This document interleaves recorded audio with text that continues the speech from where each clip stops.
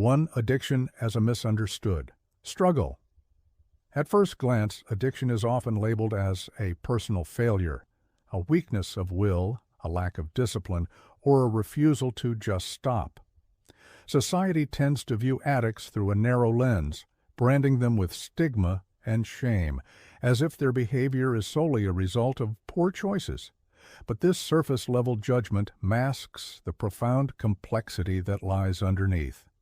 Addiction is not merely about behavior. It is about the emotional, psychological, and spiritual dislocation that drives that behavior. Carl Jung, the Swiss psychiatrist and one of the most influential thinkers in psychology, saw through the superficial narratives about addiction. He argued that addiction is not a moral failure, but a spiritual illness. In Jung's view, addicts are not weak or broken. They are seekers. They are searching for something meaningful in a world that has failed to feed their soul. Their craving is not just for a substance. It is for a feeling, a presence, an experience of wholeness that eludes them. Jung once famously said that every form of addiction is bad, no matter whether the narcotic be alcohol or morphine or idealism, because it is an escape from oneself. But he also believed that the root of addiction was an inner hunger for God, for something transcendent. When he treated alcoholics, he noticed that no therapeutic technique alone could cure them. What they truly needed was a spiritual awakening, a transformation of the inner life that gave meaning to their pain and direction to their existence. This is why Jung's ideas had a profound impact on the formation of Alcoholics Anonymous. In fact, one of Jung's letters to Bill Wilson, the co-founder of AA, included this powerful insight. You see, alcohol in Latin is spiritus, and you use the same word for the highest religious experience as well as for the most depraving poison. The helpful formula is spiritus contra spiritum. In other words, the solution to the craving for alcohol, the false spirit, is the experience of a true spiritual connection. Addiction, then, is not just a chemical dependency or a habitual behavior. It is a cry of the soul. It is a desperate attempt to feel alive, to feel connected, to find purpose in a world that often feels cold and meaningless. When people fall into addiction, they are not just trying to feel good, they are trying to feel whole.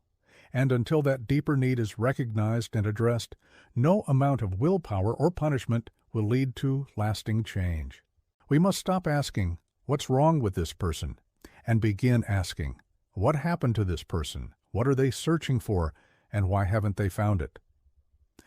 That shift in perspective is the first step toward compassion, healing, and the kind of transformation that truly sets someone free. 2. The symbolic nature of addiction.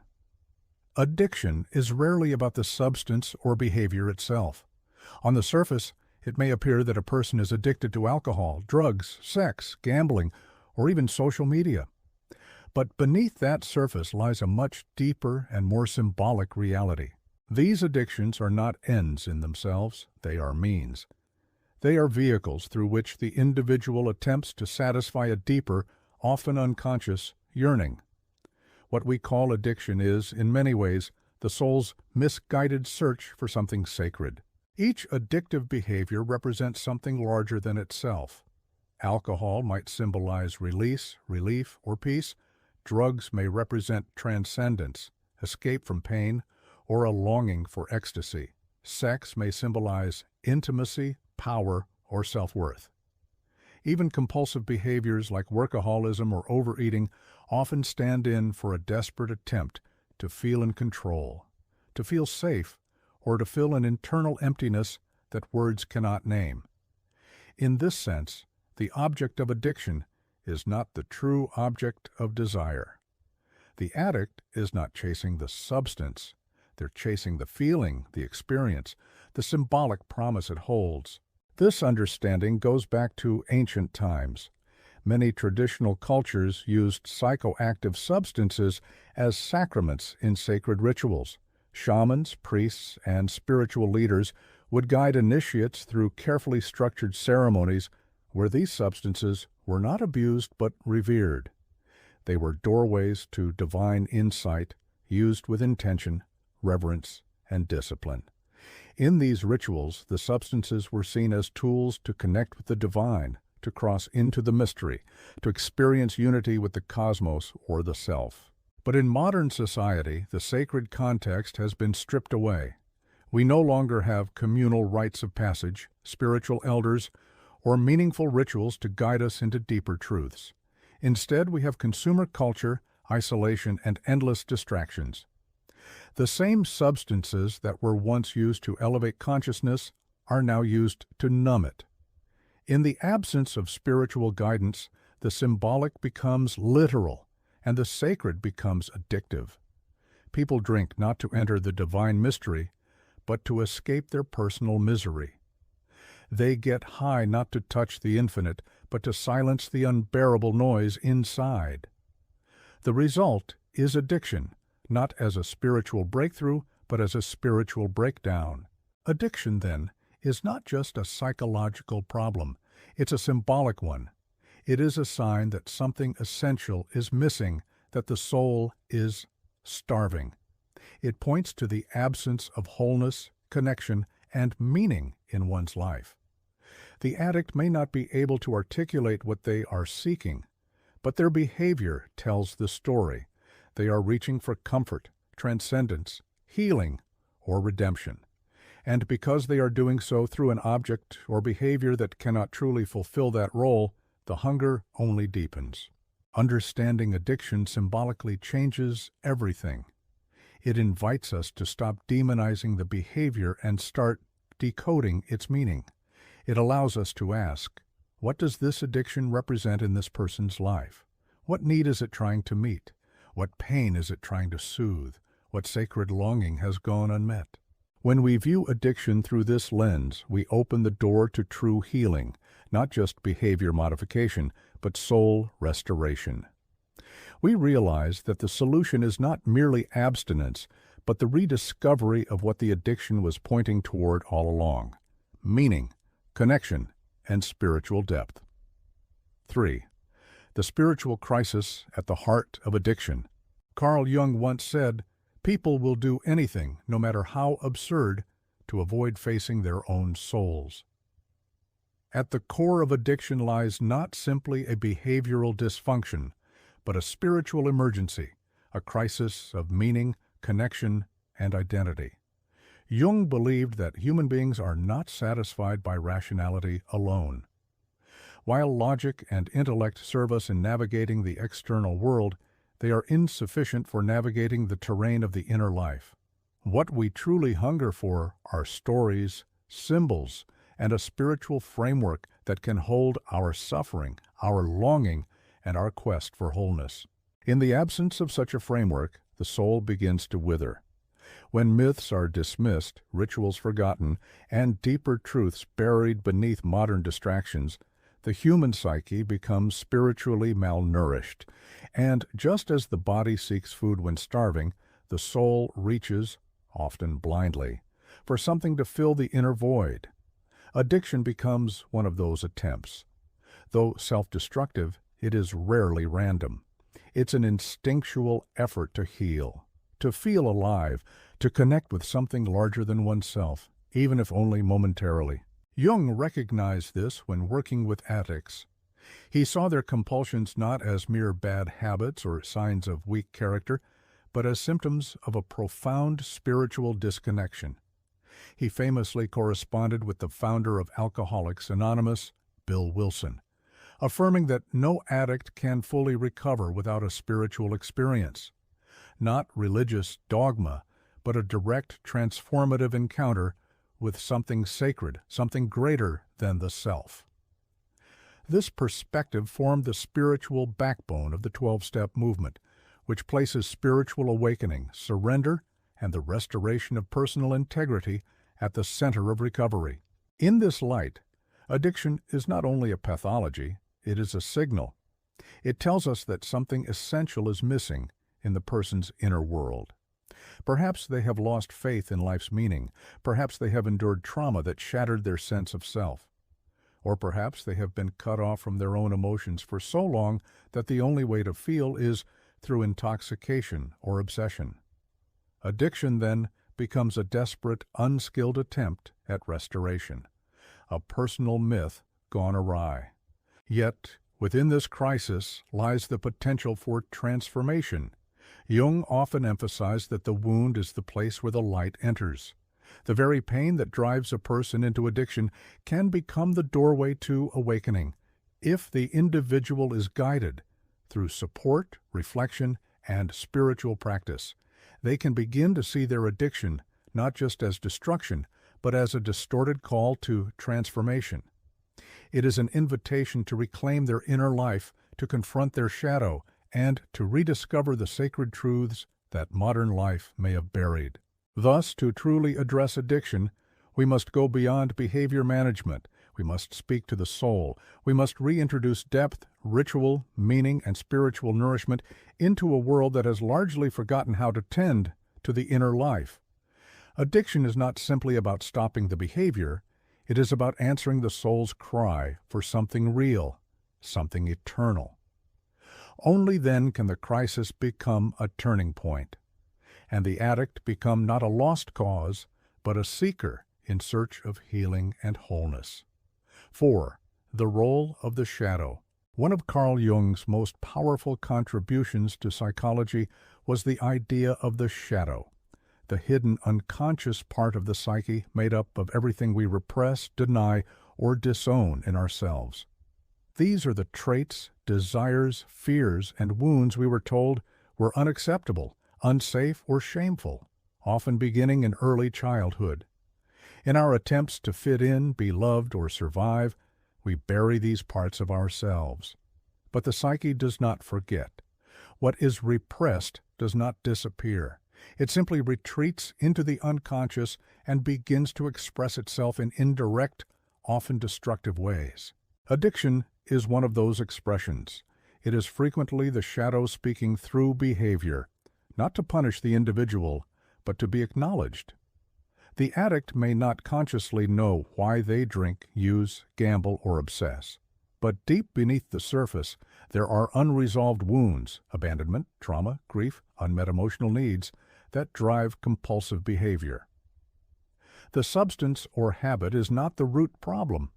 It is the symptom of the internal war between who the person appears to be and what they cannot face within. Jung emphasized that what we resist persists.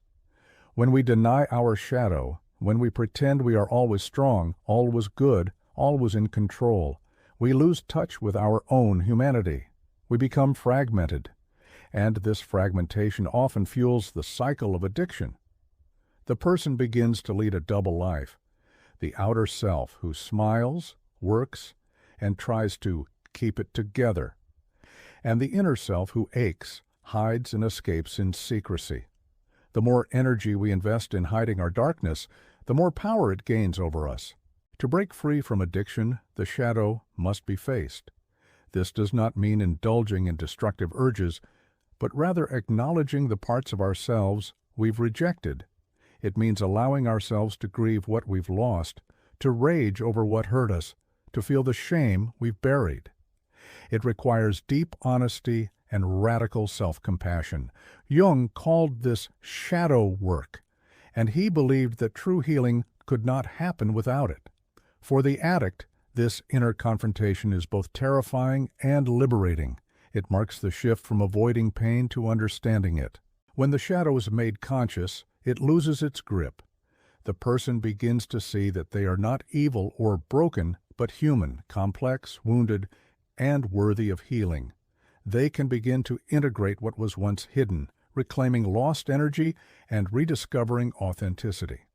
In doing so, the addictive behavior often loses its intensity because the person no longer needs to run from themselves. They are learning to sit with their truth, however uncomfortable, and in that sitting, they begin to transform. Ultimately, the path of recovery is not about becoming perfect or pure. It is about becoming whole. Jung's work reminds us that healing is not the elimination of darkness, but the integration of it. To face the shadow is to begin the real work of liberation. Only then can the addict stop chasing external relief and start creating an inner life rooted in awareness, courage, and acceptance. 5. The inner conflict and misplaced healing. Within every addict lives a split, a painful inner conflict between two selves. One is the conscious self, the part that wants stability, success, peace, and control. This is the self that goes to meetings, reads self-help books, makes promises, and tries to live a normal life. But then there is the unconscious self, the wounded, suppressed, and often traumatized inner child. This part does not respond to logic or discipline. It cries out not for control, but for care. And until this part is heard, the addictive patterns persist. Addiction is often misunderstood as a behavior issue, something to be corrected with rules, shame, or discipline. But behavior is the surface. Underneath lies unprocessed grief, abandonment, humiliation, and emotional neglect. These wounds can come from childhood trauma, broken attachments, cultural pressures, or existential despair. When left unacknowledged, they fester in the subconscious and fuel compulsive urges. The addict may stop drinking or using, but the emptiness remains. The anxiety, restlessness, or depression can even worsen, revealing how little the addiction was about the substance, and how much it was about what the substance was numbing. Jung believed that addiction is an unconscious strategy to avoid facing this pain, a misplaced form of healing. It's an attempt to medicate the soul, but substances can only ever offer temporary relief. The real healing begins when the individual stops fighting external symptoms and turns inward, asking, "What am I really trying to escape?" This inward journey is not easy. It requires the courage to feel long-buried emotions, to grieve, to forgive, and to begin reparenting the abandoned parts of the self. Misplaced healing is common in our culture. We look for solutions in productivity, in relationships, in status, in distraction. But until the root wound is addressed, these fixes remain shallow. The addict's struggle is not a flaw. It is a sign that something deeper needs tending. And when the focus shifts from punishment to understanding, from blame to self-inquiry, the path toward true healing becomes visible. 6. Transformation through integration. Jung wrote, "One does not become enlightened by imagining figures of light, but by making the darkness conscious." This is the essence of transformation, not escape, not denial, but integration. Addiction is not simply a pathology, it is a spiritual signal. It points to a longing for something real, for peace, for meaning, for connection with the sacred. But the path there is not through substances or quick fixes. It is through shadow work, spiritual insight, and the slow, sacred process of becoming whole. True transformation requires us to hold both light and darkness without rejection, to acknowledge the pain without being defined by it, to see addiction not as a moral failure, but as the soul's desperate cry for wholeness. When we begin to listen to that cry, not with judgment, but with compassion, we begin to understand the wisdom hidden within suffering. This path is not linear. It is often messy, full of relapses, realizations, and rebirths.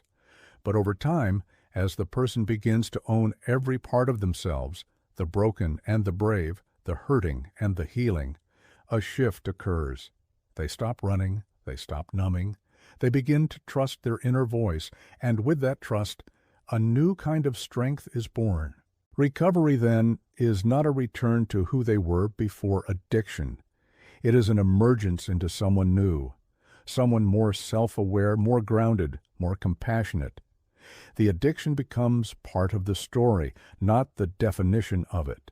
It becomes the doorway through which deeper transformation was made possible. Addiction may begin in darkness, but through the courage to face that darkness, a new light emerges.